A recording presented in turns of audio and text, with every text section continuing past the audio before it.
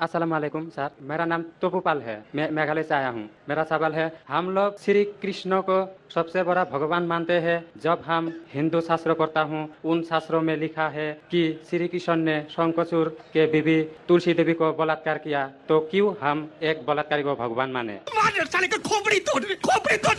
जय हिंद, वंदे मातरम। दोस्तों, मित्रों, भाइयों और बहनों, आज का वीडियो बहुत ही इंपॉर्टेंट है, बहुत ही खास है। अक्सर जो विधर्मी हैं वो हमारे सनातन धर्म पर क्वेश्चन करते हैं और अक्सर वो हमारे देवी देवताओं पे भी क्वेश्चन करते हैं। तो उसी बातों का जवाब आज का वीडियो देगा। आपने जैसे इंट्रो वीडियो में देखा कि किस तरह से जाकिर नायक भी ऐसे ही करता था और कुछ तथाकथित हिंदू अपने आप को कहते थे, पर्ची पर लिखकर सवाल दिया जाता था और उनको बोला जाता था कि भरी सभा में वो बोले गए। अभी आपने सुना जी, कृष्ण ने कह रहा है तुलसी देवी का बलात्कार किया। तो ये बातें उठती हैं और ये जो आक्षेप लगाए जाते हैं, तो ऐसे क्यों लगाए जाते हैं, इन सब सवालों का जवाब इस वीडियो में दोस्तों मिलने वाला है। वीडियो लेकर आया हूं मैं आपके लिए हाइपर क्वेस्ट यूट्यूब चैनल से और वीडियो का टॉपिक है कि Vishnu ji cheated and violated वृंदा। तो विष्णु वृंदा कंट्रोवर्सी का सच क्या है वो इस वीडियो में जानेंगे। वीडियो लगाता हूं दोस्तों स्क्रीन पर, अपने व्यू अपने विचार में वीडियो के एंड में बताता हूं। तो वीडियो पूरा जो देखेगा एंड तक जरूर देखेगा और अगर आपने चैनल को सब्सक्राइब नहीं करा है तो चैनल को सब्सक्राइब जरूर कर लीजिए। धर्म में हजार बुराइयां दिखती हैं और अगर बात सनातन धर्म की हो रही हो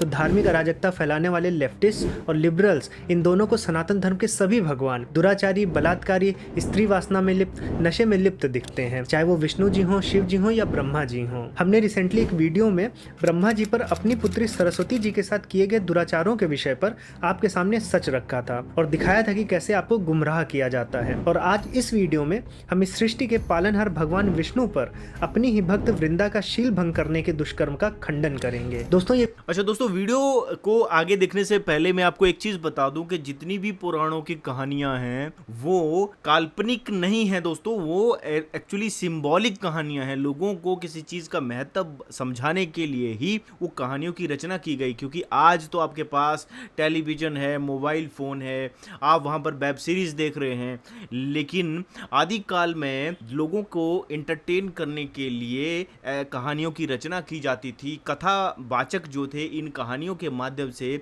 लोगों तक धर्म और कर्म की बातें पहुंचाते थे। तुलसी के पौधे का महत्व बताने के लिए ही शालिग्राम और तुलसी की जो कथा थी वो रची गई, कहानी रची गई। तो इसको आप इस वीडियो में जरूर देखिए बड़े ध्यान से। पहले तो हम स्टोरी सुनेंगे, उसके बाद उसका जो मतलब है वो भी समझेंगे। ये वीडियो इसलिए बनाई जा रही है कि किसी भी हिंदू भाई को अपने धर्म के कारण शर्मसार ना होना पड़े और कहीं भी सिर ना झुकाना पड़े। ये वीडियो लिबरल्स, लेफ्टिस्ट और धार्मिक अराजकता फैलाने वाले लोगों के लिए नहीं है, क्योंकि इस वीडियो और सत्य को जानने के बाद भी उनका स्वभाव नहीं बदलेगा। वो ऐसे ही कीचड़ उछालते रहेंगे क्योंकि उनका काम ही है कीचड़। अभी आप अगर इस वाली जो कटिंग है इसको देखोगे तो यहाँ पर देखिए द क्विंट करके ये चैनल भी है और ये नोट्स लिखते रहते हैं। तो इन्होंने क्या लिखा है बड़े ध्यान से समझिए।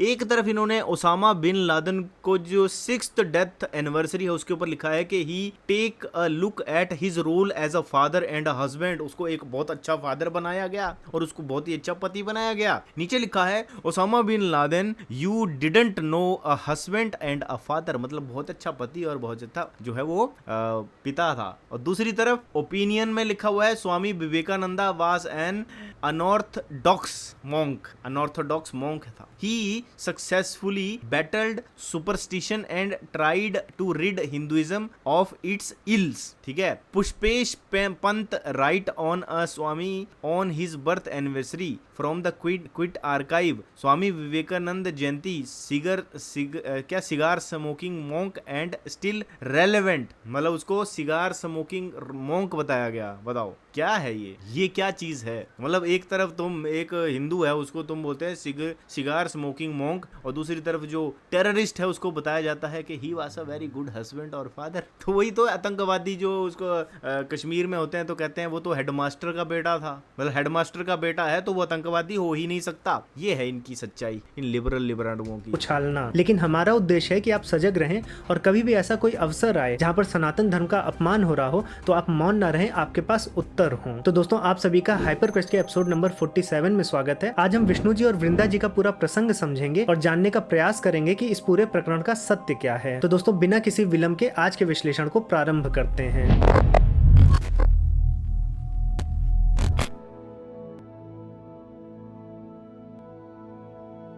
साथियों, जब आमतौर पर इस प्रकरण की बात होती है, विष्णु वृंदा प्रकरण की, तो आपको स्कंद पुराण के वैष्णव खंड के कार्तिक मास महात्म्य के 21वें अध्याय का इंग्लिश अनुवाद सुनाया जाएगा या दिखाया जाएगा, जहाँ पर यह लिखा है कि विष्णु जी ने वृंदा जी के साथ सेक्सुअल इंटरकोर्स परफॉर्म किया था। लेकिन जैसा कि मैंने पहले भी आपको बताया है कि ये केवल आपको एक कटिंग दिखाएंगे या फिर किसी एक श्लोक का अनुवाद दिखाकर आपका मजाक उड़ाएंगे, इसलिए हमको इस पूरे प्रकरण को, इस पूरी कथा को अच्छे से समझना होगा। दोस्तों, स्कंद पुराण के वैष्णव खंड के इसी कार्तिक मास महात्म्य में ये कथा प्रारंभ होती है और ये कथा तब प्रारंभ होती है जब राजा पृथु ने नारद मुनि से ये पूछा कि कार्तिक का जो व्रत आपने बताया है, इसमें पूजा के समय विष्णु जी के शालिग्राम रूप के साथ तुलसी जी भी क्यों पूजी जाती हैं। तो इसी का उत्तर दे रहे हैं नारद मुनि और वो एक कथा के माध्यम से तुलसी जी का क्यों महत्व है इसका उत्तर देने का प्रयास कर रहे हैं। इसमें नारद मुनि जी बताते हैं कि एक बार की बात है, इंद्रदेव से क्रुद्ध होकर शिव जी उन्हें अपनी तीसरी आंख से भस्म कर देना चाहते थे, लेकिन इंद्रदेव को बचाने के लिए बृहस्पति जी आगे आते हैं और शिव जी से बार बार आग्रह करते हैं कि वो इंद्र जी को छोड़ दें। ऐसे में बृहस्पति जी की बात को सुनकर शिव जी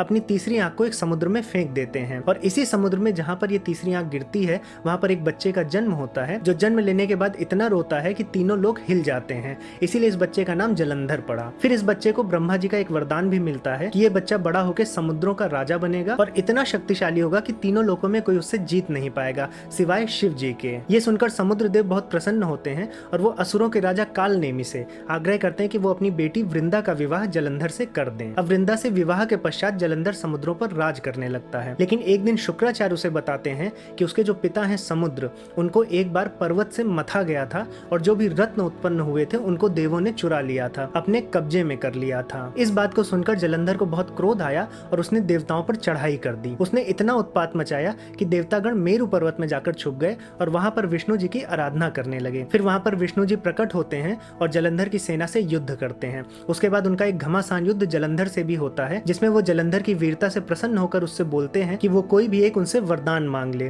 तो इस पर जलंधर उनसे बोलता है कि वो और लक्ष्मी जी उनके घर पर आए और एक दिन के लिए रहें। अब विष्णु जी से छुटकारा पाकर ये जो एक दिन का मौका मिलता है, इसमें जलंधर तीनों लोगों को हथिया लेता है, देवताओं को बंदी बना लेता है और अपना राजकाज शुरू करता है। अब उसका राजपाट अच्छे से चल ही रहा होता है कि एक दिन नारद मुनि प्रकट होते हैं और एक ताना कस देते हैं। वो बोलते हैं कि तुम तीनों लोगों के मालिक हो, लेकिन फिर भी शिव जी तुमसे अमीर हैं, तुम उनसे गरीब हो और पार्वती जी से सुंदर कोई भी कन्या तुम्हारे राज्य में नहीं है। इस बात को सुनकर जलंधर ईर्ष्या से भर गया और भगवान शिव को हराने और पार्वती जी का अपहरण करने के लिए वो निकल पड़ा। फिर जलंधर शिव जी को दूसरे असुरों के साथ युद्ध करने में फंसाकर पार्वती जी का अपहरण करने के लिए आगे बढ़ता है और जब ये विपदा पार्वती जी पर आती है तो वो विष्णु जी का ध्यान करती हैं। यहाँ पर विष्णु जी पार्वती जी को बताते हैं कि जो जलंधर की पत्नी है वृंदा, उनके अच्छे कर्म और उनके पतिव्रता होने के कारण जलंधर को हरा पाना असंभव है।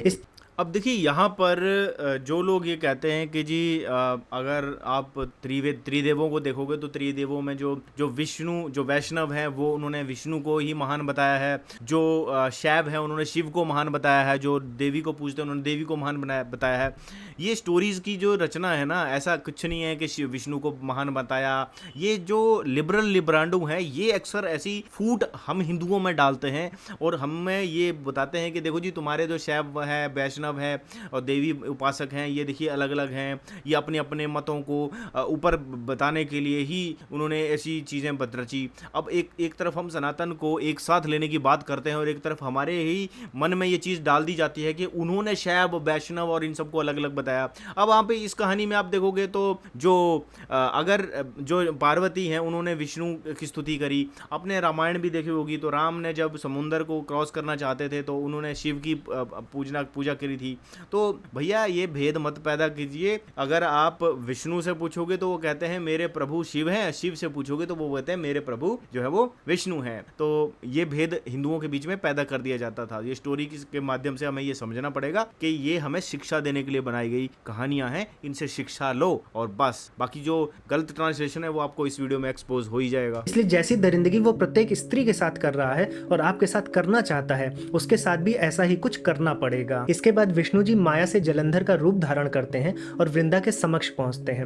वृंदा उनको पहचान नहीं पाती है और अपने पति को समझकर वो बहुत प्रसन्न होती है और यहीं पर विष्णु जी जलंधर के रूप में उसके मुख को चूम लेते हैं, जिससे उसका पतिव्रत भंग हो जाता है और दूसरी तरफ शिव जी जलंधर को हरा देते हैं। लेकिन इन सबके बाद वृंदा का श्राप विष्णु जी को लगता है। वृंदा विष्णु जी को भी अपनी पत्नी के वियोग में दर दर भटकने और पत्थर बन जाने का श्राप देकर आग में कूद जाती है। विष्णु अब यहाँ पर जो लोग ये कहते हैं कि आपने भी देखा ना जाकिर नायक के शो में एक गया टटपूंजी ऐसा सनातनी और हिंदू बोलता है, अपने सनातनी तो नहीं बोलेंगे उनको क्योंकि वो पता नहीं कौन टोपू पाल था, तो वो वहां पर जाकर कहता है कि कृष्ण ने तुलसी देवी का बलात्कार किया। तुलसी फिर से सुनिए जरा, मैं बताता हूँ आपको वो वाला जो शुरू वाला है। मैं मेघालय से आया हूँ। मेरा सवाल है, हम लोग श्री कृष्ण को सबसे बड़ा भगवान मानते हैं। जब हम हिंदू शास्त्र पढ़ता हूँ, उन शास्त्रों में लिखा है कि श्री कृष्ण ने शंखचूड़ के बीवी तुलसी देवी को बलात्कार किया, तो क्यों हम एक बलात्कारी को भगवान माने?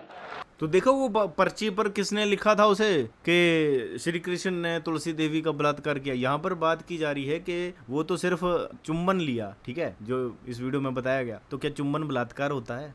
और विष्णु भगवान कौन है पता है? वो भी पता चलेगा इस वीडियो में जिसने मतलब जो पालन करता है इस पूरे ब्रह्मांड का, वो शरीरधारी नहीं है। ध्यान से समझो इस चीज को। अगर स्टोरी में उसको विष्णु का एक आकार बता दिया गया, हाथ में चक्कर या उसके हाथ बना दिए गए, वो तो क्या फिजिकली वो है? फिजिकली नहीं है, वो वैसा नहीं है, शरीरधारी नहीं है। विष्णु शरीरधारी नहीं है, ब्रह्मा भी शरीरधारी नहीं है, ना ही शिव शरीरधारी हैं। उनके शरीर बनाए गए हैं लोगों को समझाने के लिए।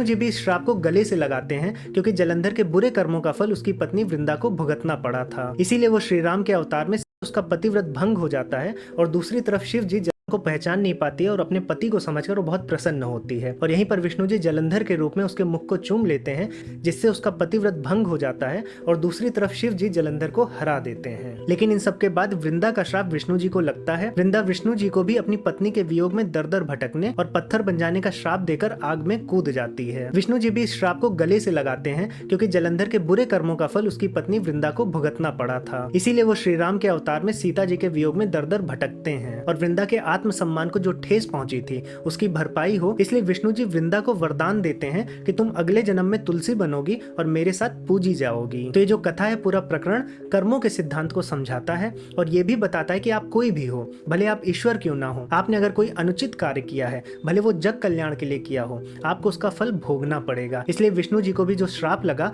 उन्होंने श्री राम अवतार में उस श्राप को पूरा किया। लेकिन इस कथा में कहीं भी रेप या फिर सेक्सुअल इंटरकोर्स नहीं है। इसके लिए हम श्लोकों को भी देखेंगे और डिटेल में समझेंगे कि कैसे उनके इंग्लिश अनुवाद हमें गुमराह करते हैं। दोस्तों, अगर आपको सनातन धर्म के मूल सिद्धांतों जैसे कि कर्म का सिद्धांत हो गया, ब्रह्म आत्मा का सिद्धांत है जो हमें उपनिषदों में मिलता है, या फिर सांख्य दर्शन है, योग दर्शन है, इन सभी विषयों में रुचि है, तो आपको अलग अलग पुस्तकों को पढ़ने की आवश्यकता नहीं है। मैं आपको रिकमेंड करूंगा कि आप कुकू एफएम पर यथार्थ भगवद गीता ऑडियो बुक को सुने, जिसे ऑलरेडी 10 मिलियन से भी ज्यादा लोगों ने सुना है। इससे आपको सनातन धर्म के मूल सिद्धांतों को समझने में और भी आसानी हो जाएगी और आप ऑडियो बुक को कहीं भी सुन सकते हैं। प्लस ऑडियो बुक को सुनने से आपका मोबाइल पर स्क्रीन टाइम घटता है, जो आपकी मेंटल हेल्थ और आईज की हेल्थ के लिए बहुत जरूरी है। और दोस्तों, कुकू एफएम पर धार्मिक ही नहीं बल्कि दूसरी भी कैटेगरीज में 10,000 से भी ज्यादा ऑडियो बुक्स अवेलेबल हैं, जो आपको मंथली केवल 99 रुपीज में सुनने को मिल जाती हैं। लेकिन अगर आप कूपन कोड HYPER50 को यूज करेंगे तो आपको पहले महीने का सब्सक्रिप्शन 99 रुपीज की जगह 49 रुपीज में ही मिल जाएगा। तो दोस्तों, आज ही कुकू एफएम को डाउनलोड करें। वृंदा जी की कथा में जो कंट्रोवर्शियल पार्ट है,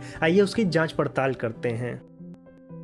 अब दोस्तों, इस पूरे प्रकरण का कंट्रोवर्शियल पार्ट विष्णु जी का जलंधर रूप धारण करने और वृंदा से मिलने से शुरू होता है। हम स्कंद पुराण के श्लोकों को देखेंगे और ये भी देखने की कोशिश करेंगे कि किस प्रकार से उसका अंग्रेजी अनुवाद किया गया है। तो जब प्रथम बार वृंदा विष्णु जी के मायावी जलंधर रूप से मिलती है तो अपने पति को जीवित देखकर बहुत प्रसन्न होती है और यहीं पर जलंधर वृंदा का आलिंगन करता है और उसके मुख पर चुंबन देता है। और ये बात यहाँ पर बहुत ही क्लियरली स्कंद पुराण में लिखी गई है। तो यहाँ पर जैसा मैंने कथा में बताया था वैसा ही यहाँ पर भी दिया गया है। यहाँ पर भी कोई रेप या फिर सेक्सुअल इंटरकोर्स नहीं दिखाया गया है। तो दोस्तों, यहाँ पर ये जो नीचे श्लोक हाईलाइटेड है उसमें भी लिखा हुआ है चुंबम, मतलब चुंबन लिया सिर्फ, और चुंबन को रेप बना दिया। वाह जी वाह, क्या बात है, लिबरल लिबरांडू। और सबसे बड़ी बात, जैसे कि मैंने कहा कि विष्णु शरीरधारी नहीं थे, तुलसी के पौधे की महत्व बताने के लिए ही ये वृंदा और जलंधर की कहानी बनाई गई और इसको लोगों को समझाया गया कि तुलसी के पौधे का क्या महत्व है। ठीक है, तो भैया ध्यान से समझिए इन चीजों को और आगे भी इसका और एक्सपोज ये होंगे तो ये मलेच्छ हैं जो झूठ फैलाते हैं। रेप या फिर सेक्सुअल इंटरकोर्स नहीं दिखाया गया है और यहाँ पर जो इंग्लिश अनुवाद हुआ है वो भी सही हुआ है। लेकिन इंग्लिश अनुवाद आगे जाकर एक जगह पर एक लाइन लिखता है कि once at the conclusion of sexual intercourse she saw him in the form of Vishnu rebuking him angrily Vrinda spoke these words. अब मैं आपके सामने वो श्लोक प्रस्तुत कर देता हूँ जिसका ये इंग्लिश अनुवाद है और आप खुद ही देख के बताएं कि यहाँ पर कहाँ पर सेक्सुअल इंटरकोर्स दिया गया है। ये श्लोक है कदाचित सुरतस्य अन्ते दृष्ट्वा विष्णुम तमेव च निर्भत्सर्य क्रोध संयुक्ता वृंदा वचनम अब्रवीत, जिसका हिंदी अर्थ है कि किसी समय सूरत के अंत में उन्हीं विष्णु जी को देखकर क्रोध युक्त वृंदा ने ये वचन कहे। तो आप देख सकते हैं कि कैसे सूरत का जो इंग्लिश अनुवाद हुआ है वो सेक्सुअल इंटरकोर्स हुआ है। और ये श्लोक केवल स्कंद पुराण में नहीं है बल्कि आपको शिव पुराण में भी ये श्लोक देखने को मिल जाएगा। शिव पुराण के रुद्र संहिता के युद्ध खंड के 24वें अध्याय का 40वां श्लोक भी यही कहता है।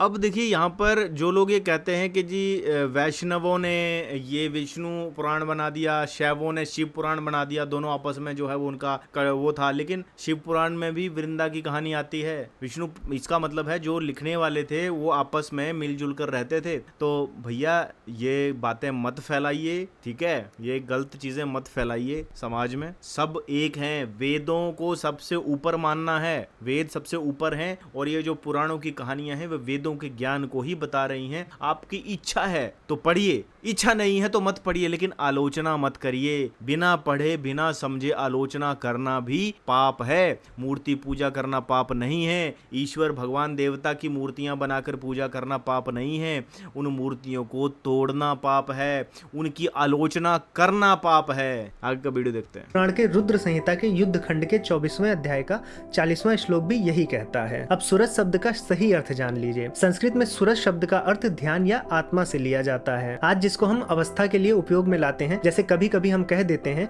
कि कैसी सूरत बना ली है, और इस श्लोक में भी सूरत का अर्थ अवस्था से ही लिया गया है। यहाँ पर कहने का ये अर्थ है कि जब विष्णु जी जलंधर के रूप में वृंदा के समीप थे तो उस पूरी मायावी अवस्था के बाद उसके अंत होने पर वृंदा ने विष्णु जी के रूप को पहचान लिया और वो क्रोध युक्त होकर उसने आगे के वचन कहे। तो इसमें सेक्सुअल इंटरकोर्स कहाँ से आ गया? और जब ऋषि चुंबन जैसे शब्द लिख सकते हैं तो फिर वो संभोग, क्रीड़ा या फिर रति आदि शब्द को भी लिख ही लेते अगर उनका आशय सेक्सुअल इंटरकोर्स से होता। सूरत लिखने की आवश्यकता क्यों पड़ी? तो दोस्तों इस बात से खंडन होता है कि कहीं पर भी सेक्सुअल इंटरकोर्स को नहीं बताया गया है। जब इस बात का खंडन हो जाएगा तभी आपके सामने एक दूसरा श्लोक प्रस्तुत कर देंगे। आइए उसे भी देख लेते हैं।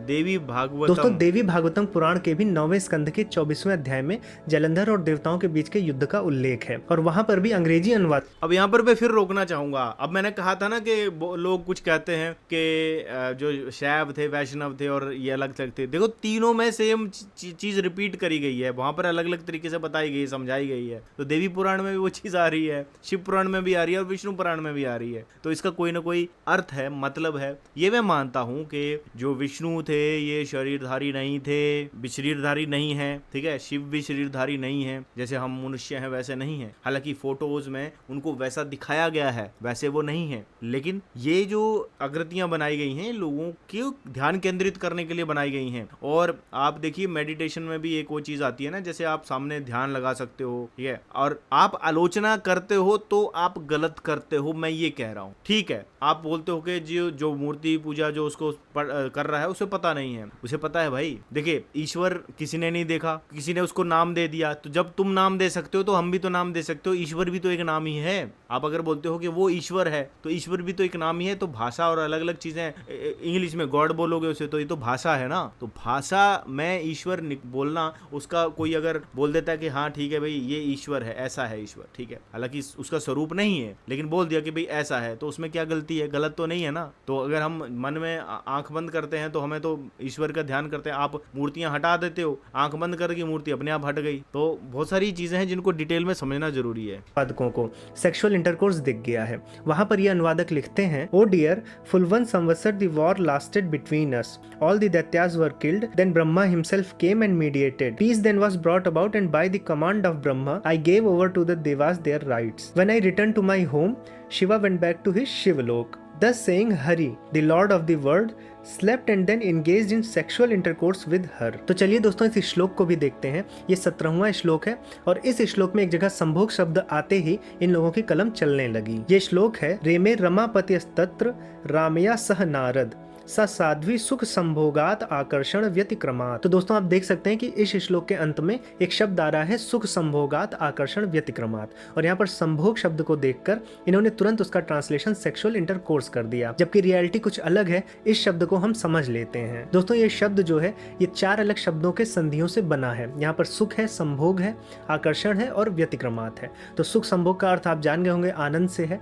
आकर्षण का अर्थ आप जानते ही हैं, पर जो देखिए यहाँ पर ये जो सुख संभोग शब्द है, संभोग का मतलब सेक्सुअल इंटरकोर्स नहीं होता, ठीक है। सुख संभोग का मतलब सेक्सुअल इंटरकोर्स नहीं होता है। हालांकि ये शब्द को कई बार यूज कर लेते हैं कुछ लोग, लेकिन सुख संभोग का मतलब है सुख में रहना, आनंद में। आनंद संभोग हो गया आनंद में रहना, ठीक है। जो व्यतिक्रम है, व्यतिक्रमात् जो लिखा है, व्यतिक्रम का मतलब होता है बाधा पहुंचना, वो चीज ना हो पाना, जैसे रुकावट या अड़चन। तो दोस्तों यहाँ पर संभोग शब्द तो दिख गया लेकिन व्यतिक्रम नहीं दिखा, और उससे पूरी मीनिंग बदल जाती है। इसका अर्थ यह है कि जब वृंदा के सामने विष्णु जी जलंधर के रूप में आए थे तो वृंदा को उस तरह का आकर्षण नहीं महसूस हो रहा था। उसको खुशी तो थी कि उसका पति जिंदा है, जलंधर जिंदा है, जीवित है, लेकिन उसको उस प्रकार का आकर्षण, उस प्रकार का प्रेम भाव नहीं उठ रहा था जिस प्रकार से उसको अपने पति से उठता था, जो वो नॉर्मली फील करती थी, और इसी वजह से वो विष्णु जी को पहचान जाती है। तो यहाँ पर यही बोला जा रहा है कि सुख संभोग आकर्षण व्यतिक्रमात्, इस तरह का जो सुख है, संभोग का जो आकर्षण है, उसकी बाधा बन रहा था। उस रूप में भी भले उसको उसका पति दिख रहा था और वो प्रसन्नता महसूस कर रही थी, लेकिन उस तरह के भाव उत्पन्न नहीं हो रहे थे। तो यहाँ पर कुछ भी सेक्सुअल इंटरकोर्स जैसा नहीं है, और ये मेरा अनुवाद नहीं है। अगर आप चाहें तो गीता प्रेस के भी अनुवाद को हम देख सकते हैं। गीता प्रेस के अनुवाद में लिखा है, तब उस साध्वी तुलसी ने अपने मन में विचार करके सब कुछ जान लिया और तुम कौन हो ऐसा वह उनसे पूछने लगी। अब देवी भागवत पुराण में वृंदा को तुलसी की तरह बोला गया क्योंकि तुलसी जो है वो वृंदा का ही अगला जन्म थी। तो वृंदा और तुलसी एक दूसरे के साथ इंटरचेंजेबली यूज किए गए हैं। तो इन बातों से रेप का और सेक्सुअल इंटरकोर्स का जो आक्षेप है उसका खंडन हो जाता है। लेकिन अभी भी एक बात सत्य रहती है कि विष्णु जी ने वृंदा का आलिंगन करके और उसका चुंबन करके उसका शील भंग कर दिया था, उसके पतिव्रता को नष्ट कर दिया था। तो ये बात कहां तक सही है? क्या एक पापी व्यक्ति को हराने के लिए उसकी निर्दोष स्त्री के सतीत्व का हरण करना उचित है? आइए जानते हैं।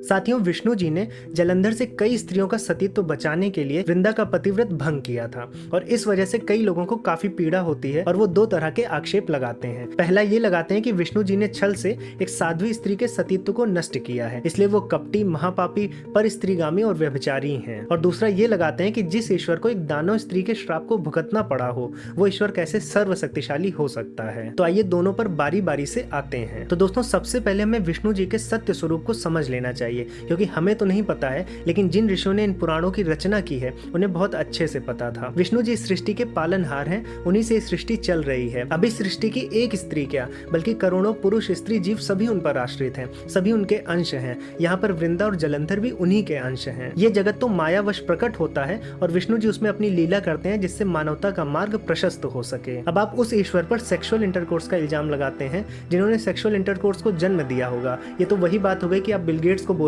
कि उन्होंने एक बैंक में चोरी कर ली। अब ये बात बहुत पढ़े लिखे लोग नहीं समझ पाएंगे, लेकिन जो हमारे ऋषि थे जिन्होंने पुराणों की रचना की, उनको भली भांति पता था कि विष्णु जी कोई शरीरधारी नहीं है। हम उनकी कथा जरूर लिख रहे हैं, हम उनके कथा के माध्यम से सर्वसाधारण मानव को बहुत अच्छी बातें समझाने का प्रयास कर रहे हैं, लेकिन जो विष्णु जी का स्वरूप है वो अनंत है। वो काम वासना में आकर किसी स्त्री के पीछे भागता नहीं फिरेगा, और इस बात को पुराणों में बहुत अच्छे से बताया गया है। अगर आप देवी भागवतम के 9वें स्कंद के 17वें अध्याय के 23वें और 28वें श्लोक को पढ़ें तो वहाँ साफ साफ बताया गया है कि वृंदा और जलंधर दोनों विष्णु जी के ही अंश थे। 23वें श्लोक में वृंदा को तदंशा कहा गया है, मतलब उनका अंश, मतलब विष्णु जी का या कृष्ण जी का अंश बताया गया है। और वहीं 28वें श्लोक में ये बताया गया है। अब मेरे को ये चीज बताइए, क्योंकि इन्होंने बड़े अच्छे तरीके से बताया कि जो विष्णु हैं वो शरीरधारी नहीं हैं। मैं यही चीज बोलता रहता हूँ अपने बहुत सारे वीडियो में कि विष्णु जी शरीरधारी नहीं हैं, ब्रह्मा जी शरीरधारी नहीं हैं, शिव जो है शरीरधारी नहीं है। अब वो जो स्टोरीज में जो लगता है लोग उसको ही समझते हैं, उसके पीछे की कारण को नहीं समझते हैं। क्योंकि ये जो तुलसी का प्रकरण आता है, मैंने भी बचपन में ये चीजें पढ़ी थी और तब किसी ने मुझे बताया था, तो जब हम पूछते थे क्वेश्चन तो उन्होंने बताया था कि तुलसी के महत्व को समझाने के लिए एक स्टोरी बना दी गई ताकि लोगों को तुलसी का महत्व समझ में आए। ठीक है, उसको विष्णु के साथ जोड़ दिया, एक स्टोरी बना दी जलंधर की, ताकि लोगों को ये पता चले कि जो तुलसी का पौधा है उसके औषधीय गुण जरूर हैं, उसके औषधीय गुण हैं। आज भी आप देखो, जो तुलसी, अगर आपको कोई खांसी जुकाम सर्दी जुकाम होता है तो तुलसी के बहुत ही गुण हैं। उसके पत्तों को अगर आप पीस कर उसकी चाय बनाकर उसका काढ़ा बनाकर पीते हैं तो उससे जो है वो जो वायरस हैं वो मर जाते हैं। ठीक है, बड़े से बड़े वायरस जो है वो खत्म हो सकते हैं। और अभी भी आपने देखा कोविड पीरियड में जो तुलसी के पौधे को कितनी महत्व थी लोगों के घरों में। जो तो आज भी लोग देखो, हिंदुओं के घरों में तुलसी के पौधे को आंगन में लगाया जाता है, उसको पूजा की जाती है उसकी। और विष्णु जिसको हम कहते हैं कि जो सृष्टि का पालन कर रहे हैं, इस वक्त जितनी सृष्टि हमारी चल रही है उसका पालन पोषण, जब सब कुछ शांत चल रहा होता है ना, तो ये पता क्यों होता है? क्योंकि विष्णु पालन पोषण कर रहे हैं। रुद्र जो है वो, रुद्र और शिव जो है वो डिस्ट्रक्शंस के वो हैं। कहते हैं ना, शिव जी की तीसरी आंख खुल जाए तो दुनिया जो है वो तबाही आ जाती है। तो अभी पीछे जो हो रहा था इंडिया के नॉर्थ पार्ट में, काफी बाढ़ें आ रही थी, तो उसको ये भी कहा गया कि ये शिव जी अपना तांडव कर रहे हैं। भाई क्यों कहा गया? पागल थोड़ी है जिसने लिखा है, उसने कुछ मीनिंग से वो चीजें लिखी हैं, लोगों को समझ में नहीं आती है। अब ये जो एक ईश्वरवाद वाले कंसेप्ट वाले हैं ना, इन्होंने सबसे बड़ा कवाड़ा किया है। सबसे, मैं आपको सही बात बताऊं, ठीक है, ये जो एक ईश्वरवाद को के ऊपर ही फोकस रहते हैं। हम भी मानते हैं भाई एक ही ईश्वर है, जो विष्णु, ब्रह्मा, विष्णु, महेश, एक ही ईश्वर की तीन भौतिक शक्तियां हैं। ठीक है, एक ही ईश्वर की तीन भौतिक शक्तियां हैं। विष्णु अलग नहीं है, शिव जी अलग नहीं है, ब्रह्मा अलग नहीं है, देवी अलग नहीं है। ठीक है, ये एक ही है, एक ही है, अलग नहीं है। उसको स्टोरी रूप में बताया गया है, एक ईश्वर के अलग अलग गुणों को बता दिया गया। तो इसको समझने की जरूरत है,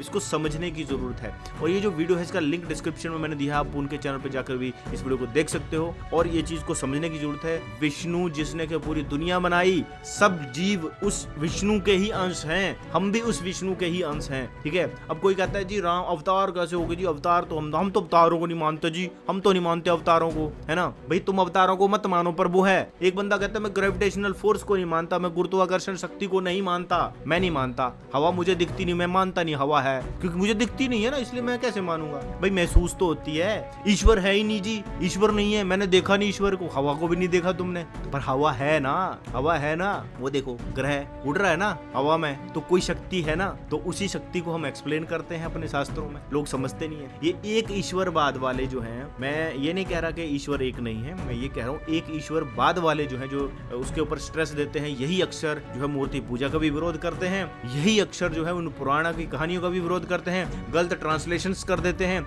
अरे जो विष्णु पूरी दुनिया के जिसमें अंश है, क्या वो बलात्कार करेंगे? है ना। और स्टोरी जो स्टोरी बनाई गई उसमें भी बलात्कार शब्द नहीं है, वहां भी चुम्बन लिखा हुआ है भाई, है ना, वो बताया गया। और उसका भी रीजन था, जो जलंधर था वो अच्छा था क्या? अब कोई बोले कि अगर कोई दुराचारी है तो क्या उसके साथ ऐसा करना चाहिए? ये भी देखिए अगले पार्ट में है कि जलंधर सुदामा जी का ही पुनर्जन्म था और फिर उन्हें कृष्णांग समुद्भव बोला गया है, मतलब कृष्ण जी के ही अंग से उत्पन्न होने वाला। तो ये उन ऋषियों ने लिखा है जिनको हम हमेशा कोसते रहते हैं कि उन्होंने पुराणों की रचना क्यों की, लेकिन हम इतने पढ़े लिखे होके अपने मन की गंदगी जो है अपने ग्रंथों में घुसा देते हैं। अब अगर पुराणों की कथा में विष्णु जी को मानव सदृश कार्य करते हुए दिखाया गया है तो उसका फल भी उन्होंने भोगा है, ऐसा भी बताया गया है। लेकिन यहाँ पर कुछ लोग बोलते हैं कि जब विष्णु जी सर्वशक्तिशाली हैं तो उन्हें शाप क्यों लगा और उन्हें श्राप को क्यों भुगतना पड़ा? तो शाप उन्हें लगा नहीं, उन्होंने शाप को आत्मसात किया, क्योंकि वृंदा तो उन्हीं के अंश से थी, उन पर आश्रित थी, वो क्या उनको श्राप दे पाती? ये तो विष्णु जी की लीला है कि सर्वसाधारण मनुष्य को भी समझ में आ जाए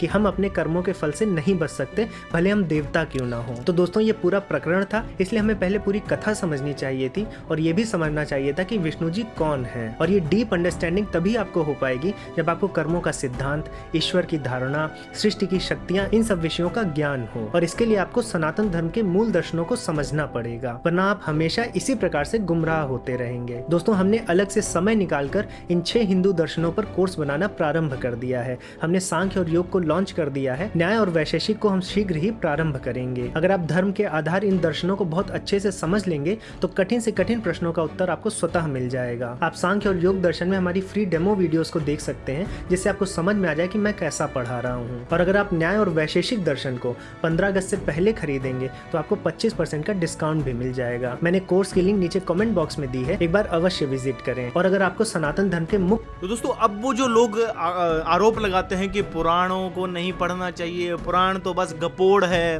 तो भैया पुराणों की कहानियां आपको शिक्षा देने के लिए बनाई गई हैं। अगर आपको शिक्षा, आपको लगता है कि नहीं उसमें शिक्षा नहीं है, हमें वो शिक्षा नहीं लेनी चाहिए, तो मत लो भाई, कौन आपको फोर्स कर रहा है। लेकिन आप आलोचना तो मत कीजिए। आलोचना करना बिना पढ़े बिना जाने बहुत बड़ा पाप है। मूर्ति पूजा करना पाप नहीं है, पाप है मूर्तियों को तोड़ना, मूर्ति पूजा का आलोचना करना। क्योंकि जो हमारे पुराणों के अकॉर्डिंग देवी देवता हैं, उनके ही मंदिर आपको हिंदुस्तान में मिलेंगे। जो पुराणों के अकॉर्डिंग, जो इतिहास रामायण और महाभारत के अकॉर्डिंग जो हमारे भगवान हैं, वही आपको हमारे मंदिरों में मिलेंगे। ईश्वर की तो कोई प्रतिमा है ही नहीं। प्रतिमा है ब्रह्मा विष्णु महेश, जो एक ईश्वर की तीन भौतिक शक्तियां हैं, जो एक ही हैं। देवी जो हम बोलते हैं कि शिव और शक्ति, उसको अलग अलग रूप में भी बताया गया। तो ये तो अच्छी चीज है ना, जब हमारे सनातन में जो स्त्री और महिला को भी इंपॉर्टेंस दी गई है, शक्ति को महिला बोल दिया गया है, तो ये तो अच्छी चीज है ना। ये तो एक ही चीज में मिलती है और ये चीजें आपको सिर्फ धर्म में मिलेंगी, आपको मजहबों में ये चीजें नहीं मिलेंगी। और ये मजहब वाले ही हैं जो भेद पैदा करते हैं, जो एक ईश्वरवाद वाले हैं, यही भेद पैदा करते हैं। जो एक ईश्वर सर्वशक्तिमान है, वो अपने आप को अनेक भी कर सकता है।